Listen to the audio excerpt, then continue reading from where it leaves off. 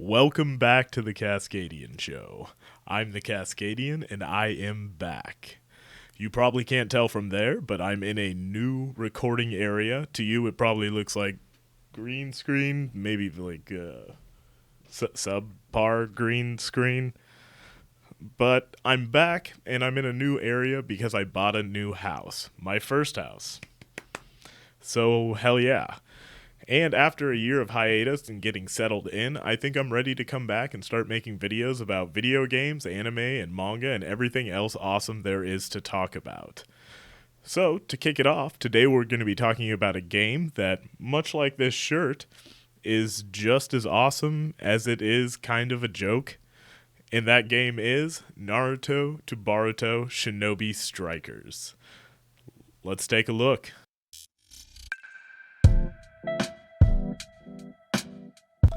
So, Shinobi Strikers. What is it? Why is it? How is it? Well, what it is a online multiplayer game set in the Naruto universe. It is developed by a small company called Soleil that recently, as of this video, which is June 2022, was purchased by Tencent, for better or for worse.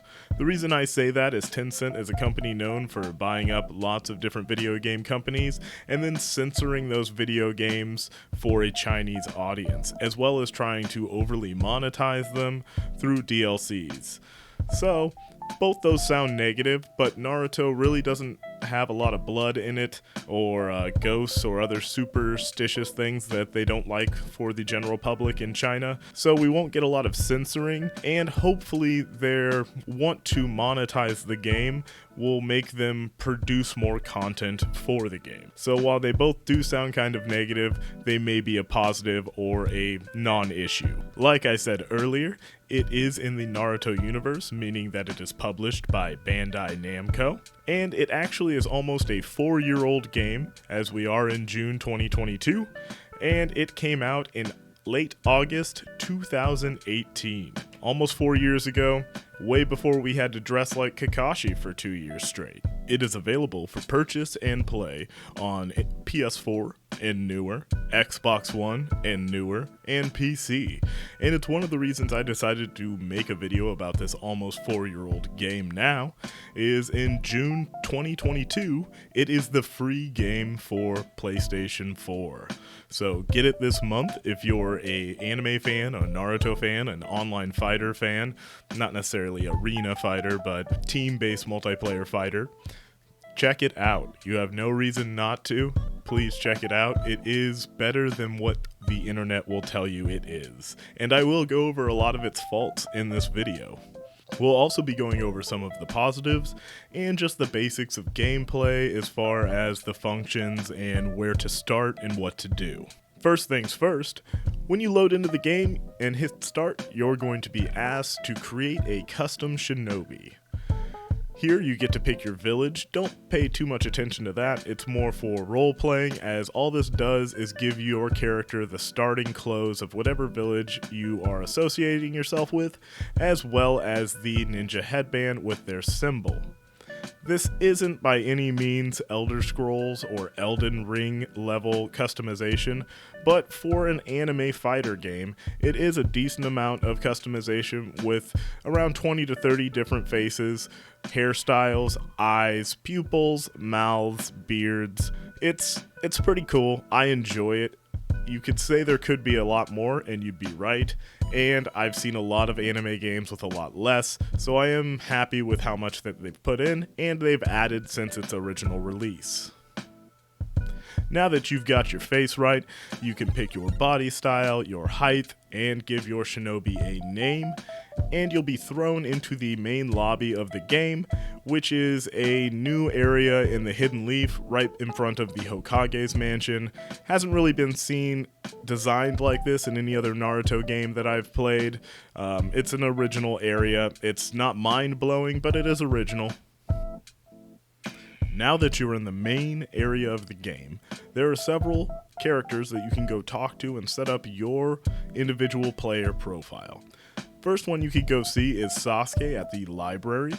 He is in charge of the cast character masters. So the cast characters would be Naruto, Sasuke, Sakura, Hinata, all the in-universe characters. Each one of them can be assigned to you as a master, and as you get experience either through VR missions or online multiplayer play, you level up in that master. Each master has 10 separate rewards.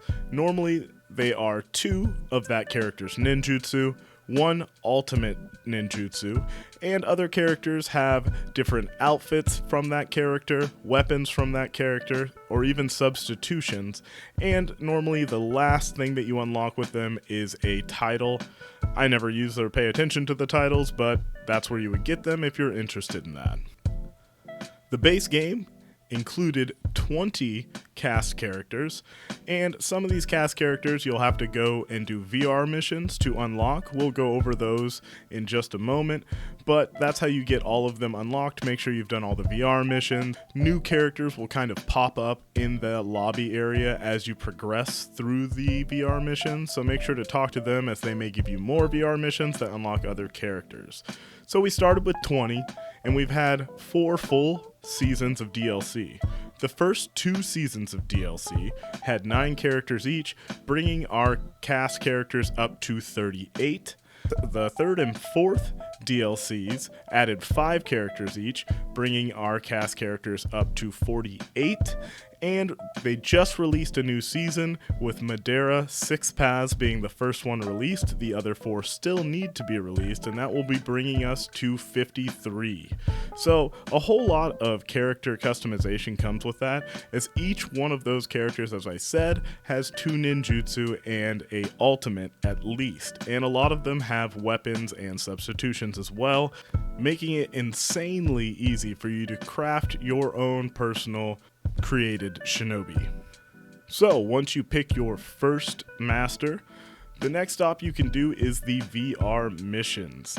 Now, this game got a lot of hate at release for several different reasons. The next one we're going to talk about is one of those reasons, and that is the VR missions. As most Naruto games have a single player and a multiplayer. This one said it did as well, but the single player is just these very, very basic missions.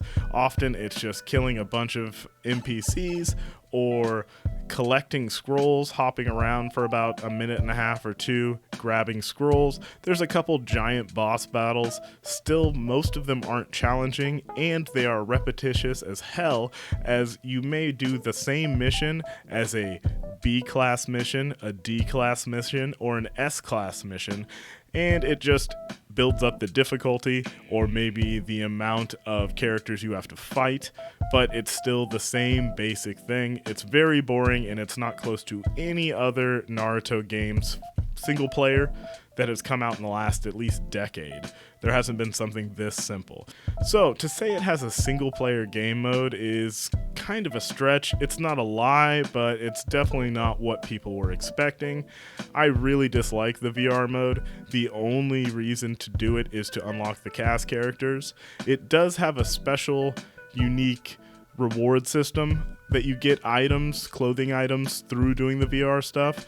And when the game first came out, some of those items were kind of cool, but now that the game's been out for 3.5 years plus, they've added so many cosmetic things into the game. The stuff that you get rewarded from there is just so basic, it's really not worth your time.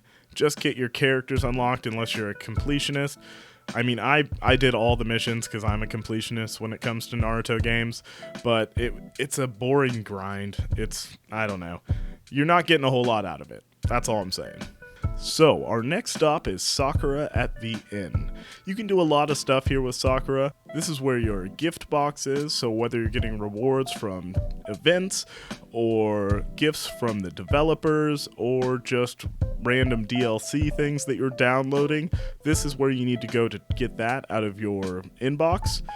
You can also recustomize your entire shinobi from the ground up, meaning its physicalities, its face, its body shape, its gender, its name.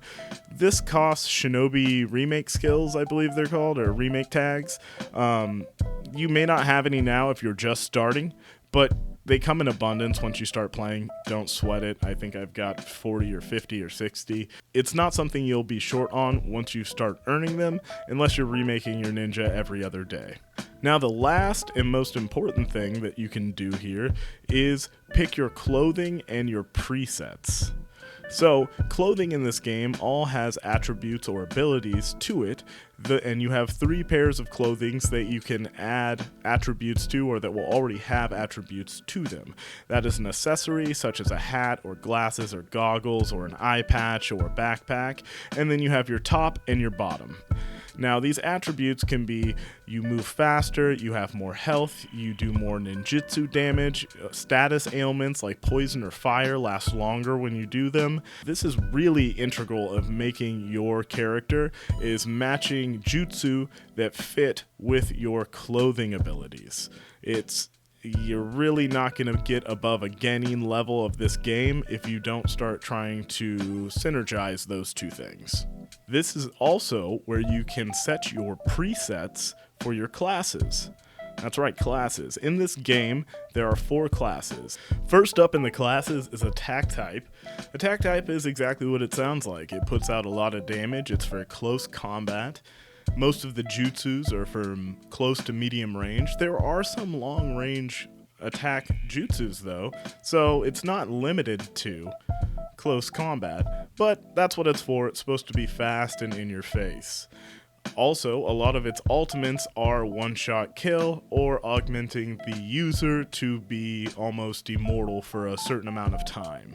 After that, we have the range type, which is exactly what it sounds like. Think of it as a spellcaster in a different type of game. It's kind of a glass cannon. It has a low health pool, but a lot of its jutsus are long range and put out a massive amount of damage. Its ultimates are normally medium to high as far as damage goes, but they tend to be a little bit harder to hit than some of the attack type.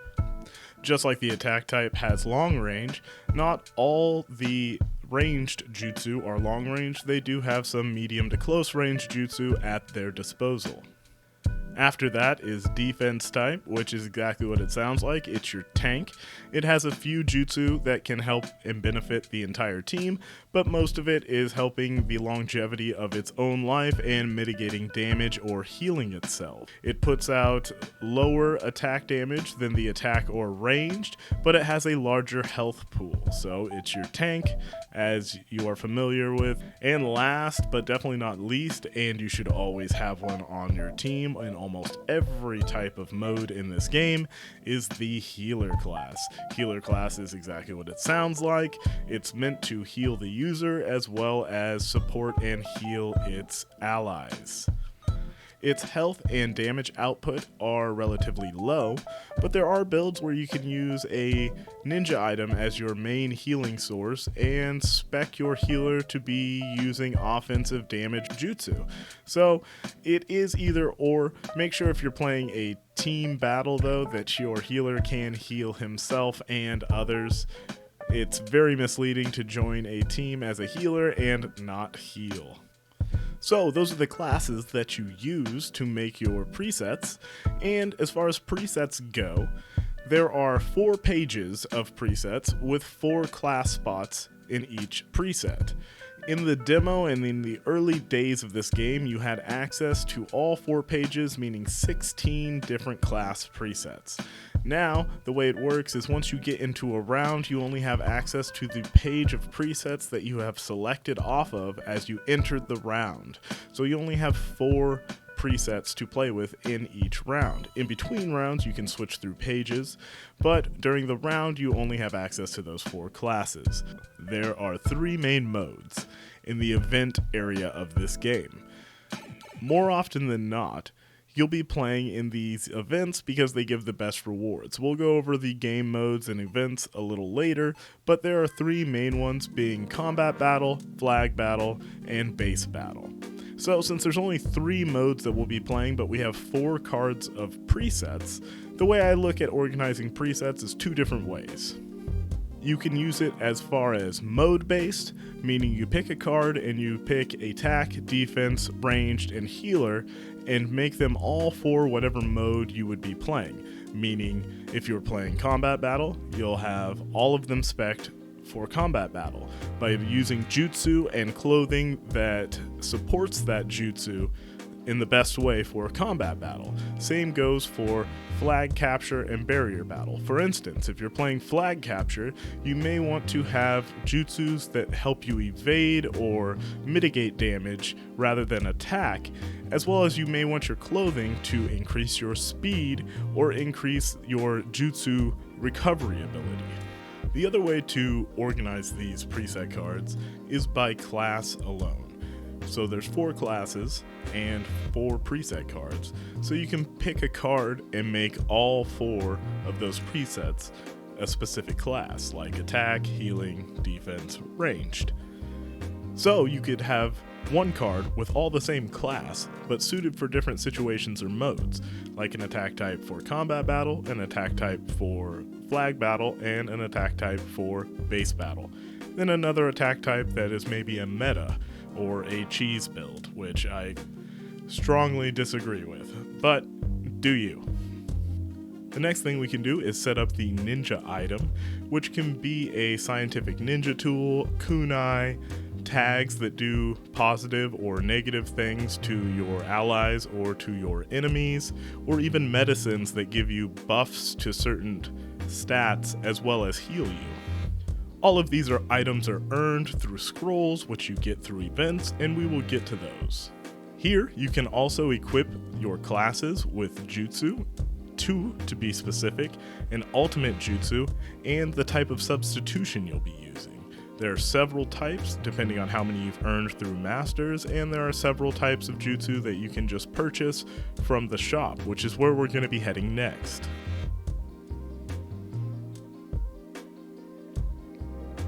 But before we head over there, the last thing that we want to equip to our classes are the main weapons.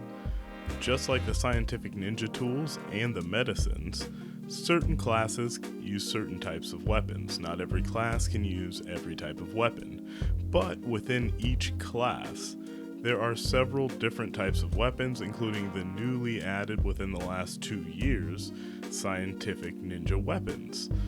These are really unique and interesting in my opinion, as the way that the weapon works in Shinobi Strikers is it's basically your moveset.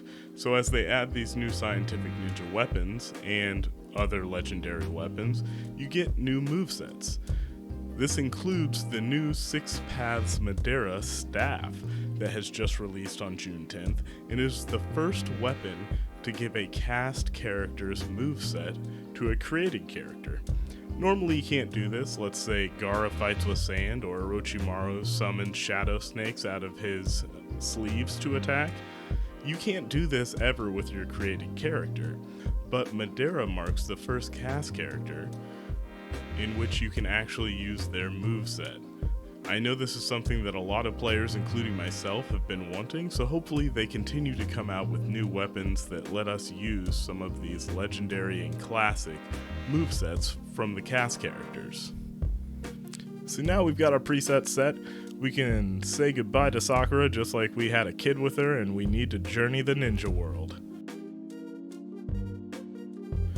Now we're going to head over to Tenten at the shop.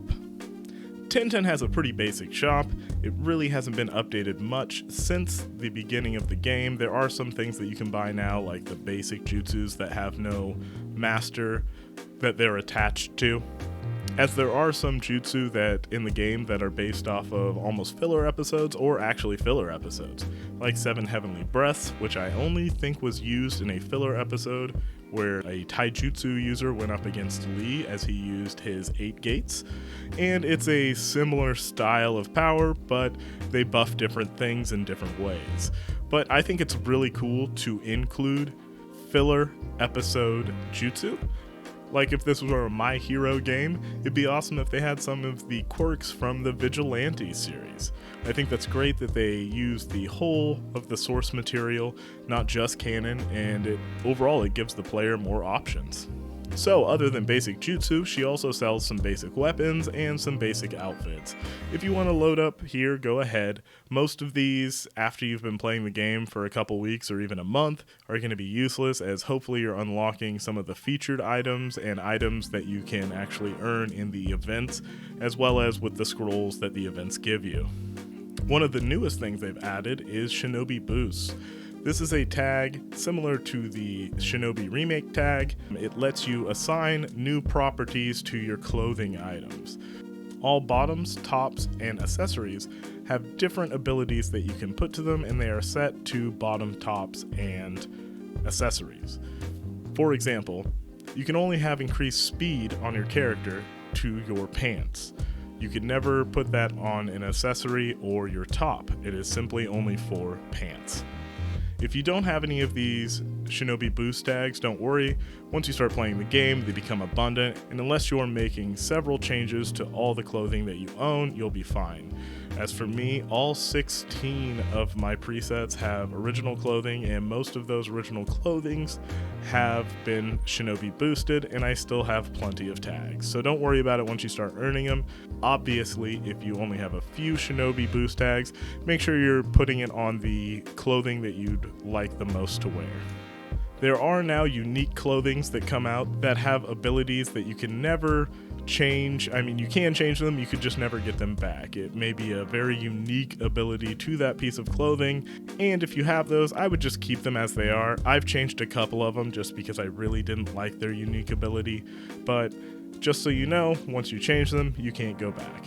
Another gripe about this game when it first came out is it was kind of glorified cosplay. As I mentioned earlier, there was a large amount of clothing, but it was all the same, just different colors basically, just reskins. Since then, they've come out with clothing that actually has visual effects on it. It makes you glow with a dark power or have feathers floating around you. These are awesome. You get them by changing in esoteric scrolls, and those you earn in a variety of different ways. We're about to get into scrolls right now. So scrolls, the terrible loot boxes of this game. This is my biggest gripe in this game, is the scroll system. It has a lot of problems, and I will try to touch on all of them as I said, but the scrolls are the worst. There are several types of scrolls: plain, quality, valuable, esoteric, and Kakashi. And then the most hated and terrible scroll, Moonlight Scrolls.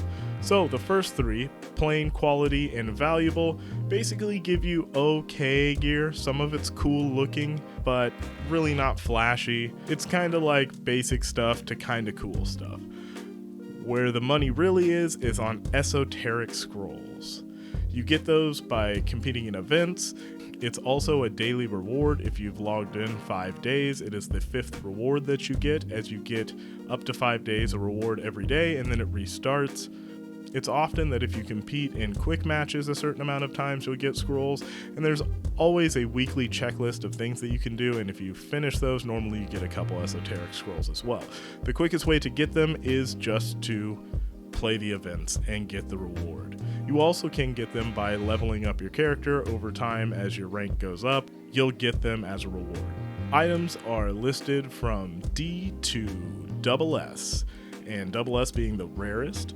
Every 2 weeks, a set of 4 to 8 featured items, which are normally really awesome clothing, and a couple weapons and a item, are switched in and out and on a rotation. This is another frustration of mine, is unless you're playing all the time and have an abundance of esoteric scrolls and get good RNG rolls on those esoteric scrolls, you probably won't get all the cool stuff that they put into the game.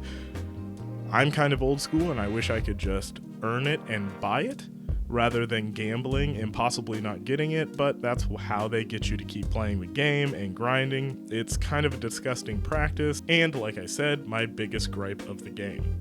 The one good thing though is, unless you're buying Moonlight Scrolls, which you should never do not buy the Moonlight Scrolls, is these items aren't behind a paywall.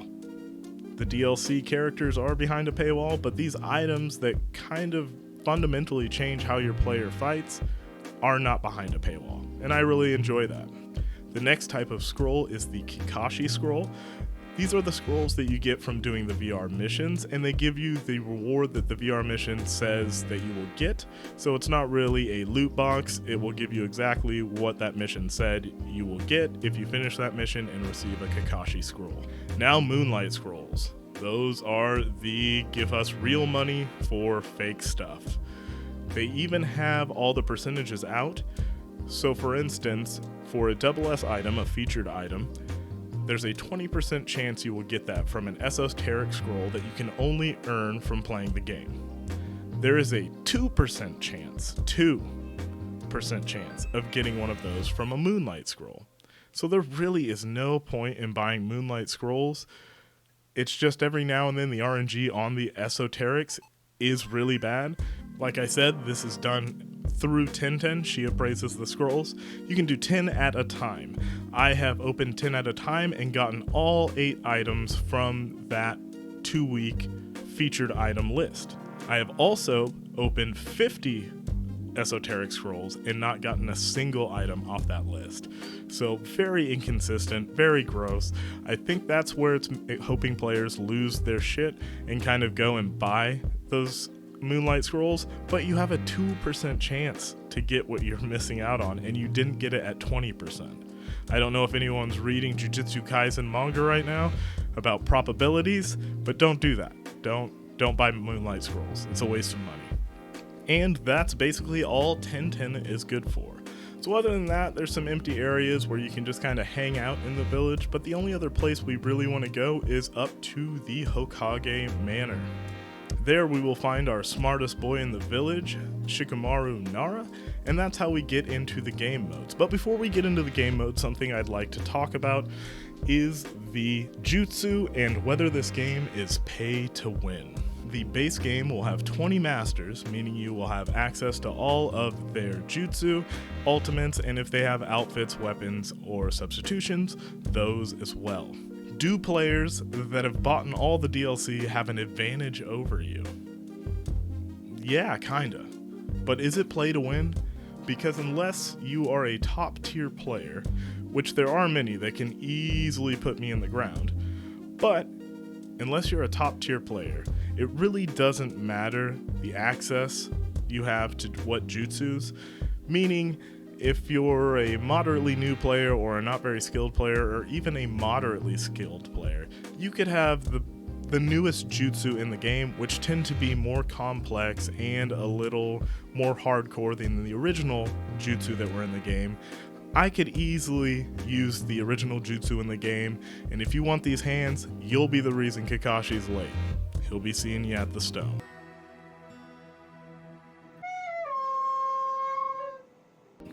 So, while the jutsu have gotten kind of like a quirk singularity event, they are getting stronger and more detailed and advanced with the DLC characters.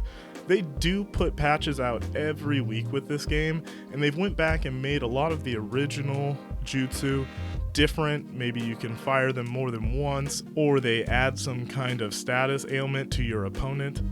It's still very balanced. That doesn't mean there's not metas and there's not cheese, but for example, Kakashi's base Sharingan dodges almost every move, 99.9% of the moves in the game, and that comes with the original game, as well as hopefully you're a PS4 player and you're getting the game for free, so at that point you could buy all the DLC and still be around the price of a $60 game. I'm just letting you know if you opt out of not buying the DLC, or perhaps you just don't have the funds, everybody has different situations, you're not missing out on something so bad that you can't ever win a game. So, do you have a slight advantage with more options if you have all the DLC? Absolutely. But is it pay to win? I find that most really skilled players are still using the base jutsu, such as teleportation or Leaf Rising Wind, or even Sharingan, base Sharingan. So, now we're at Shikamaru. How do we play? Well, the first option you have is Quick Match. Quick Match is a roulette of 4 different game modes. First up is Combat Battle, which is a fairly straightforward 4v4 deathmatch. Both teams have a shared pool of 10 lives. first one to run out loses. There are also scrolls that spawn throughout the match that give team buffs or do destructive damage, as far as a summon may come to help you or Chidoris may spawn from the sky. The way that you want to play this if you're new at the game, first and foremost, always have a healer. If you don't have a healer on your team and the other team does, you might as well just put down your controller. You're going to lose. Always have a healer. Secondly, protect your healer. Your healer, if he's smart, should be trying to go to the scrolls, because scrolls can make or break the game, unfortunately. So he should be trying to locate the scrolls. You guys should be surrounding him for protection and for him to be able to heal you. For you Genin out there new to the game, this is key. Make sure you have a healer. Make sure you're around your healer. And healer, try to lead your team to the scrolls. Second up is base battle. This is a 3-point King of the Hill. When your team holds a point, you get points added to your bar, and the first bar to fill up wins, and the more points you have, the faster that bar fills up. A tip for the Genin out there: do not try to hold all 3 points. You only need 2 to be winning. So split up into groups of 2 and try to hold 2 points. Once again, it doesn't hurt to have a healer, because if you have a healer, the longer you two can last together, and if you die, that's when the team's going to be taking that point, and it takes you longer to get back to defend that point. So, in almost every mode, it's best to have a healer. I can't stress that enough. I've been playing this game since release. I've taken 6 to 8 month hiatuses from it, admittedly. The basis is still always have a healer. Next up is flag battle. I enjoy this mode. It's a pretty straightforward capture the flag. First to capture 2 flags wins.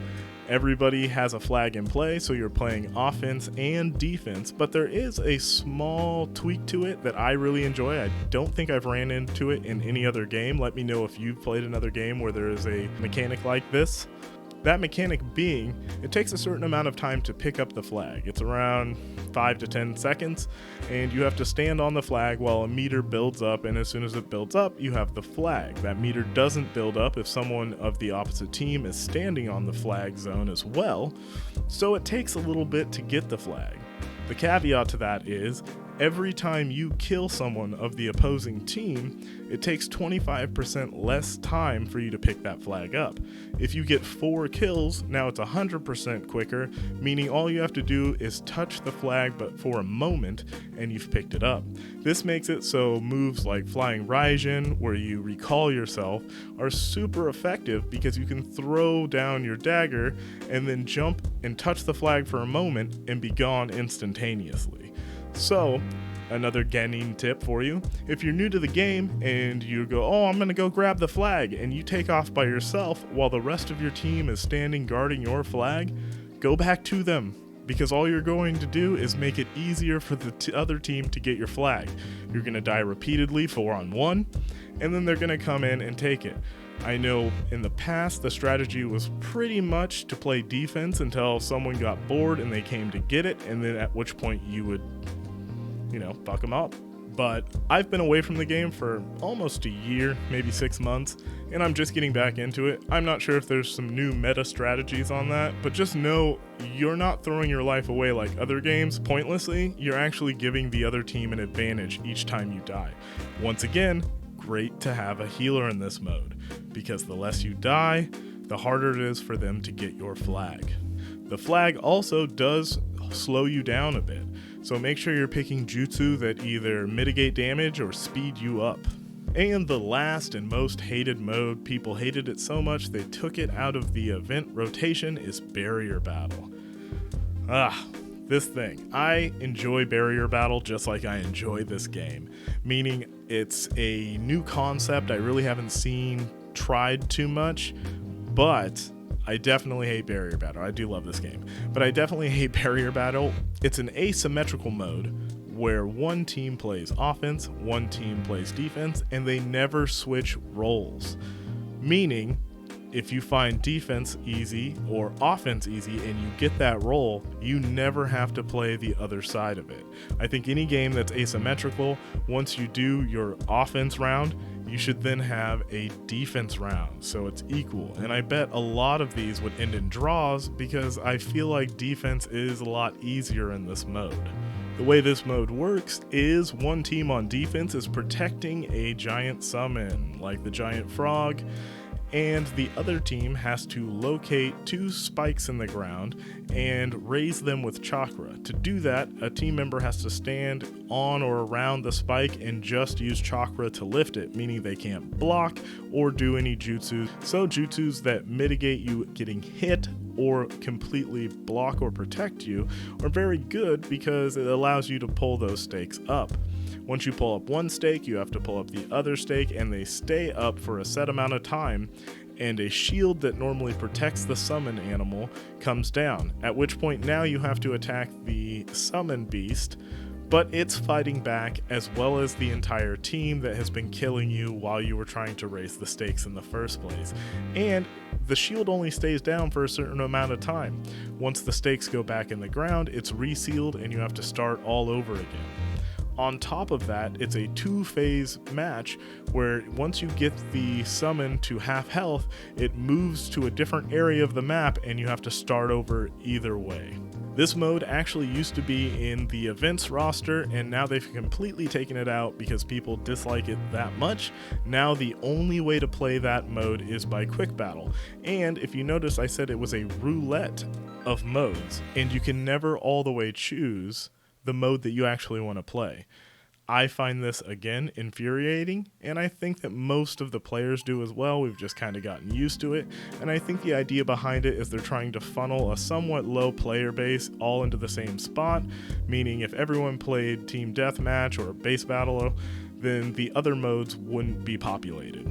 I'm not sure if I'm right. I think the player base on this game is decently large for an anime game, but apparently it's still so small that they need to corral us. And that brings us to the next way to play, which is the event tab. There's always an event going on in Shinobi Strikers. It's always a party. And these events range from 1 to 2 weeks long. They all have reward lists that by leveling up in the event, you will receive rewards, as well as you will earn different scrolls, plain, valuable, and esoteric, that you can then get appraised with 1010.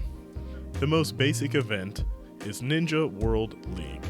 You don't pick when these events happen, they have their own schedule, but Ninja World League lasts for 2 weeks, and instead of having all 4 of the modes available, it's just 2 at a time. Normally, the way it goes is there's always combat battle, and then for the first week it'll be flag battle or base battle, and when they do the update at the second week mark, it'll switch from base to flag, but you'll always have a 50% chance of doing combat battle, and then either flag or base depending on the week. They'll be highlighted in the top right hand corner so you can see what you're doing, and when you queue for a match, as soon as you see the number of players in, you can open up the tab and see which mode you're playing, at which point you'll want to pick the preset that you have for that mode, if that's how you're going.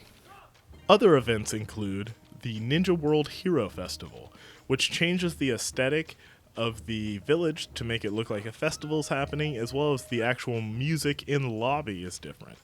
I really enjoy this. There's another event that does this as well, and it just kind of breaks up the monotony and makes it look really, really cool. In the Hero Festival, it only lasts a week, and the way it works is you play all the same game modes you normally would in an event, but you play as your assigned master. So you can only play in this event as cast characters, not as your created shinobi. For me, I really hate this. I hate playing as cast characters, but it's still kind of fun. It kind of equals out the meta builds that people may have or the cheese builds that people may have. So it does kind of equal the playing field, but I feel like it brings all the energy down a notch because your created character will always have a little bit more punch, and cast characters don't benefit from a clothing buff like we've been over. They don't have any abilities assigned to their clothing, so they're kind of milk toast. Another event is based off the summons of the Sannin, so Snake, Toad, and Slug. When this event is going on, when you log into the game, you will be assigned to a team, whether it be Snake, Slug, or Toad. If your friend gets into the game and he is assigned a different team, you guys can't play together. In everything that we've talked about so far, if you get in a party with a friend, you guys will be on the same team. In this event, you can still party up, but once you get into the game, they will be assigned to their summons team and you will be assigned to your summons team. This isn't a fun for a lot of people, it breaks up clans, but since most of the guys I play with that I'm friends with are worse than me, it's a fun time to flex on them, so have fun with that.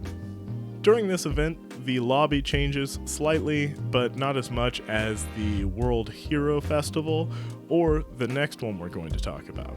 So at release, most of these festivals were in play in the first 6 months, as well as all the game modes that we've went over so far were implemented. This next mode I'm going to talk about is the survival exercise. Since I don't roll with a clan and I keep odd hours, I'm often playing this game by myself or just one or maybe 2 people, meaning I never have a full squad. And if you're gonna play this game and you're playing with randos, there's a good chance you'll play other randos, and there's also a good chance you'll play people in party communicating and having a synergy with their jutsus, planning for their jutsu to be able to benefit someone else's jutsu, such as a shadow paralysis jutsu, and then another jutsu that takes advantage of that opponent not moving. If you're playing with randos, you really can't have that happen too much. So since I'm a lone wolf, I tend to play the survival exercise as it only makes you rely on yourself. It is a 6-man free-for-all, and the map is actually the OG Naruto Chunin Exams Battle Stadium, the circular stadium where Shikamaru fights his future waifu. The survival exercise was added, I believe, in the first year and a half, but it was not at release. This was the first new map, even though it's only applicable to this mode, but it was a new map. That was a huge gripe with players when it first came out, is there are only 5 maps in the game, that being Hidden Leaf Training Area, Sand Training Area, Cloud Village, and Rain Village. So if you're a Naruto fan, I'm sure you're like, what the fuck? There's a bunch of other major villages, as well as the smaller villages like the Sound and Grass, that they didn't even include, and it seemed kind of lazy. As well as they promised, I think, even though they had 5 maps, they promised like 8 to 9, because they counted the lighting in the map, daytime and nighttime, as 2 different stages. But as players we know, yes, it took extra work to do that, but that's not a different fucking stage. Don't lie to us. I don't turn the lights on and off in my living room and go, oh man, this is a whole different fucking room. That's a lie. Don't lie. This survival exercise actually has its own event too, and it is frustrating to some players as there's only one event at a time, so at one point in the game it kind of forces you to either play survival exercise by yourself or quick match, and that's the only way that you can play with a team is in quick match, and people tend to avoid quick match unless they're practicing or they just want to put themselves through pain and have to play barrier battle. I really love when the Ninja World Face-Off, which is the event that happens in the survival exercise. It does a cool aesthetic once again. It's kind of this neons and dark spotlights and all kinds of stuff in the Hidden Leaf lobby, as well as it even does it on the stage. It kind of makes it look like it's this big Super Bowl event for the Chunin exams. It's very cool, and it brings some of the top talent to play by themselves without an OP team, so you can actually see what the competition does on its own. A drawback to this that I haven't got into yet is it also brings the modders to the survival exercise. I don't run into too many modders because they're normally trying to get event points at which they can get rewards and scrolls, and hanging out in the survival exercise, just kind of fighting. I use this game kind of like a war zone. It's more of a kickback game. I'm not a try-hard, I'm just kind of trying to have fun. I mean, I may be awesome, I may suck, I got a low sodium diet, no salt. That being said, there's no shortage of people trying to hand out salt, and the first of which is modders. So, modders, or you may hear them referred to as hackers, even though they're just modding the game, they're not hacking it, are people that play builds that instead of 2 ninjutsu, they have 2 ultimate ninjutsu, at which they can use freely and repeatedly. Most ultimate ninjutsu take quite a while to build up, even if you are spec'd and have a build to get to your special ninjutsu quicker. It still takes quite some time, like at least a quarter of a match. So if you start a game and immediately see someone throwing specials within the first 5 to 10 seconds, you know you have a modder, as well as, let's call it a special sparkle. There's this sparkle that happens right before, so if you see someone doing that over and over again, or even more than twice a match, that's a modder. And normally they tend to pick a full heal and an insta-kill ultimate. So they instantly kill you, and if you do any damage, they instantly heal. That being said, once you get to the higher ranks and people are familiar with the game, it's fun to see a whole lobby team up on a modder, and you can beat them. You just have to be careful, and you have to have the right jutsu. Another thing you may run into is the cheeser. These are things that, even though the game has tried to balance itself by coming up with weekly updates and rebalances, one of the mistakes I believe they made is making heavy attacks seal your substitutions for a second or two. This isn't a big thing, especially if you're playing on a team-based game, because someone can interrupt what they're doing.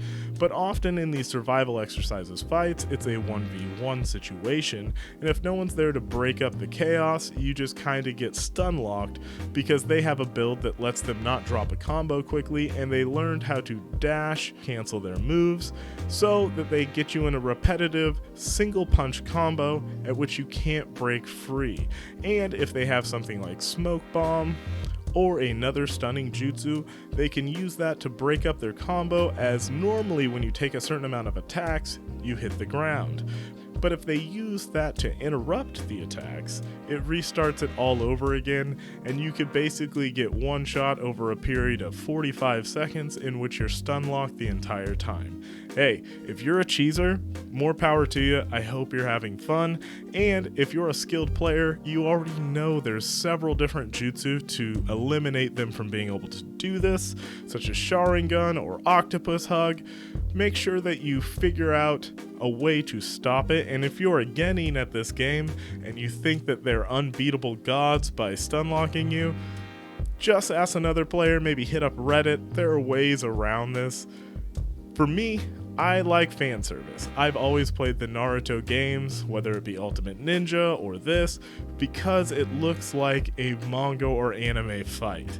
I've never seen someone punch someone, wait 3 seconds, punch someone in an anime or manga. It's ridiculous. It breaks up the immersion. You figured out how the code in the game worked, but it's making the game shittier. It is in the game, so I can't bitch too much. Have fun, you're awesome.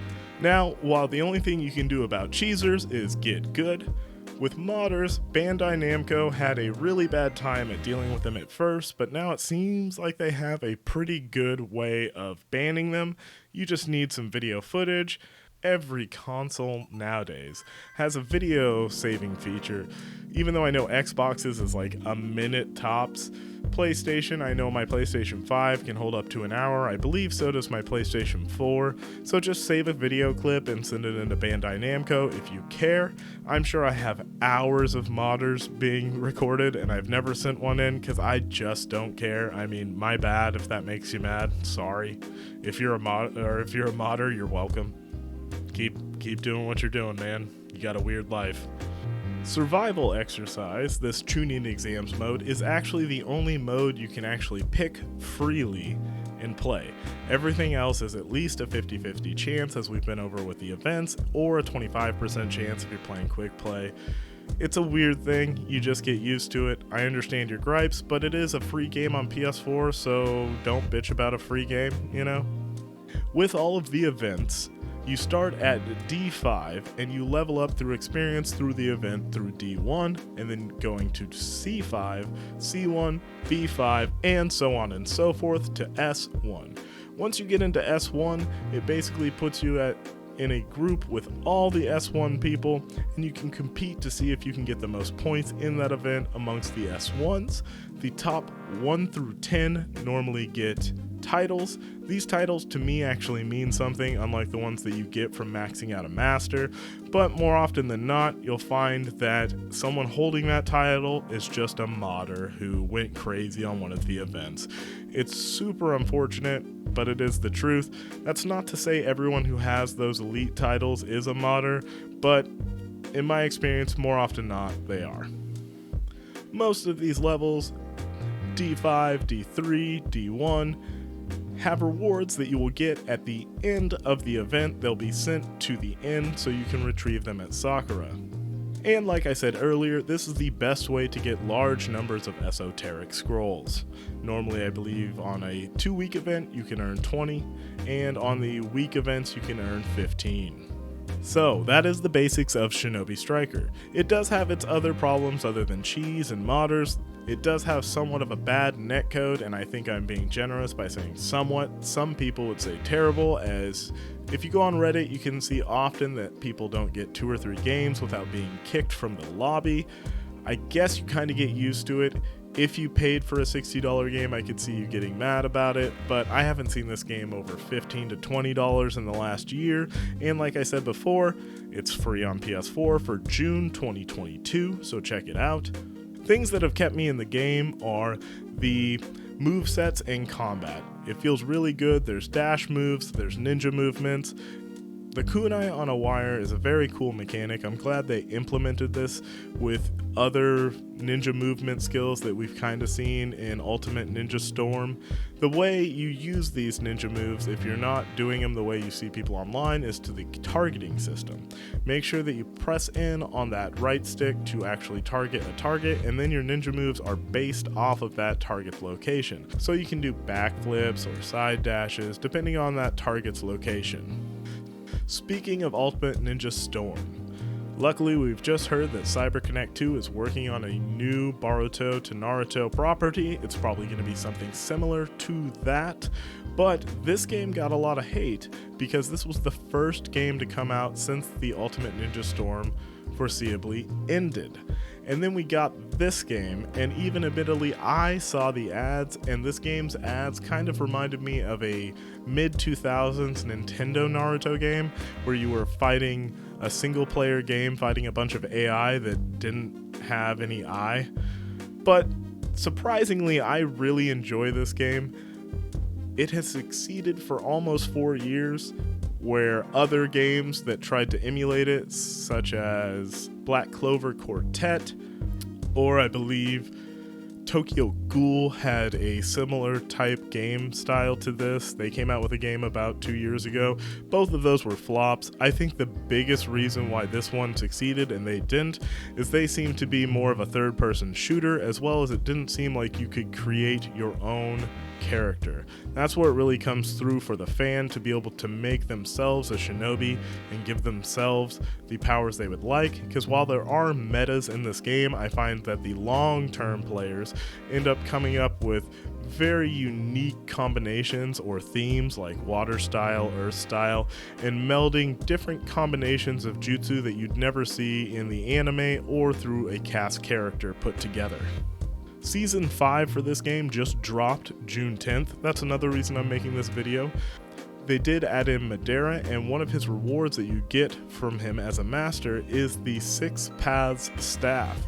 This staff is unique in that it actually emulates the cast character's moveset. We haven't had this yet. Like, let's say you pick Gaara or Orochimaru. You're gonna summon snakes out of your hands or fight with sand as your regular ordinary moveset without using jutsu. They've never implemented that into your created character, and I hope they start coming out with weapons that make it possible for your character to emulate cast characters, like have a created shinobi that can wield sand as its regular moveset, or summon snakes out of its arms as its regular moveset. It would be nice to see full movesets implemented for cast characters to created characters. Another thing that I've loved is the new outfits and weapons that they do. As I mentioned before, some of these outfits and weapons have effects on them that make them glow or shimmer or burn. Some of the scientific ninja tools, while I'm not a big fan of the Boruto universe, the scientific ninja tools implemented into the game are awesome. One of the most recent was a fist-based weapon for healers. Normally healers use staves or swords in this game. This one is an explosive gauntlet that is really reminiscent of Bakugo from My Hero. You even kind of twirl in the air while doing one of the movesets, similar to when he's winding up to do his howitzer attack, as well as you kind of hold one of the gauntlets behind you to thrust you forward to do a jump kick. They've even implemented some legendary weapons like the explosive sword or the sewing needle from the Seven Swordsmen of the Mist, or even Asuma's blades for attack type. I really like these. Normally these weapons have at least one unique attribute to them, if not a wholly unique moveset. It's very cool to get them, but like my complaint before, I wish they could be purchased with in-game money, not a gambling system. Another thing they've done with this new season is they finally added a new level. It is just a hidden leaf level, it's snowing, but it also seems way bigger than some of the other levels. And I'm hoping with this new Tencent acquisition that if they want to keep the game going, since it is now getting a Season 5 almost 4 years after release, they clearly aren't working on a sequel at this moment, so please give us more content. And one of the things we've been asking for the last 4 years is levels. I appreciate the outfits, I appreciate the weapons. Levels would make this game go crazy. Well, that's Shinobi Strikers. Admittedly, this is a guilty pleasure of mine because I see how bad that game is, but I find it so unique and fun that I kind of overlook some of those drawbacks. I think overall, what has it been, a year since I did one of these videos? I don't remember how I rate things, but 1 out of 10, let's do that. I'd say it's an 8 with a lot of bias. You may find it as a 6 or a 7, but check it out if you can play it for free or definitely on the cheap. The DLC isn't necessary, but it does add a lot more fun to the game, and I hope to see you guys out there. If you liked any of this, let me know by subscribing. Let me know if you'd like to see more content about Shinobi Strikers, as I used to have an old channel. It has a little bit more subscribers, which isn't saying much, than this channel, and it was just dialogueless Shinobi Striker gameplay. I had all the ultimates at the time and things like that, so let me know if you'd like to see me bring some of that to this channel, set up all the ultimates, all the jutsu, just have fun with the game. Until next time, I hope to see you in Shinobi Strikers, and have a good one.